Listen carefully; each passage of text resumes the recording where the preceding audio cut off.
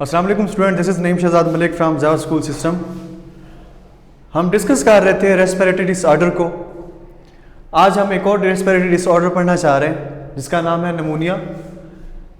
तो मेरे बच्चे, नमूनिया किसे कहते हैं? अगर इन्फेक्शन हो जाए लंग्स में तो उसको कहते हैं नमूनिया, क्योंकि हमारे दो लंग्स हैं। अगर एक लंग्स में हो जाए इन्फेक्शन तो उसे नमूनिया कहेंगे।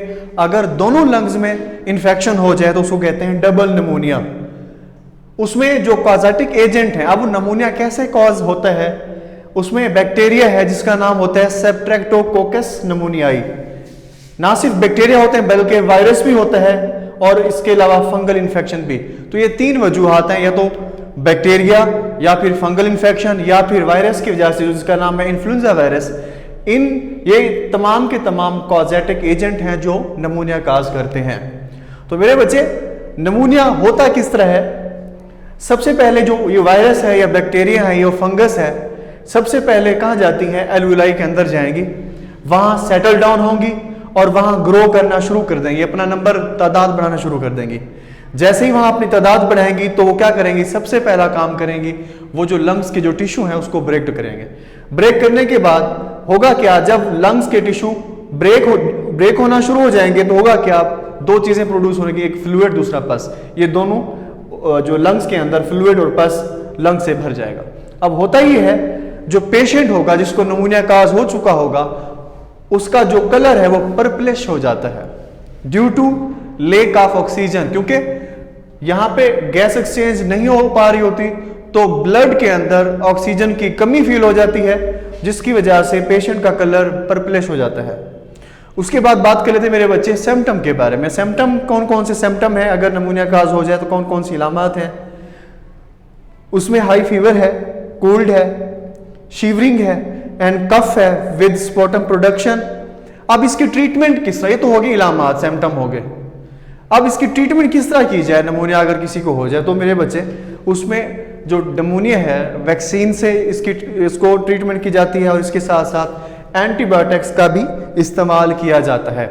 अब बात करते हैं, ये हमारे पास लंग्स है, इसमें हम दिखा रहे हैं कि जी नमूनिया किस तरह। ये हमने दिखाया, ये एल्वुलाई है, ये नॉर्मल एल्वुलाई है, एक इन्फेक्टेड है, ये नॉर्मल है, ये इन्फेक्टेड है। ये जो आपको ग्रीन नजर आ रहा है ये है म्यूकस, पस, एल्वुलाई फिल्ड विद पस।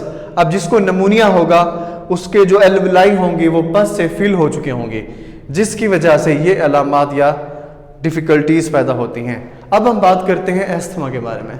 एस्थमा किसे कहते हैं? Form of allergy in which there is inflammation in bronchi, more mucus production and narrowing of airways. अब होता क्या है? ये एक एलर्जी की फॉर्म है जिसमें ब्रोंकाई के अंदर बिगाड़ आ जाता है, जिसकी वजह से म्यूकस प्रोडक्शन हो जाती है और जो एयरवेज हैं, सांस की जो नालियां हैं, वो नैरो होना शुरू हो जाती हैं। अब जो पेशेंट होगा जिसको एस्थमा होगा वो फील डिफिकल्टी इन ब्रीथ, वो उसको सांस लेने में दुश्वारी होती है, क्योंकि एलर्जी की वजह से जो एलर्जी कैसे भी जो एयर में मौजूद डस्ट पार्टिकल हैं उससे भी हो जाती है एस्थमा।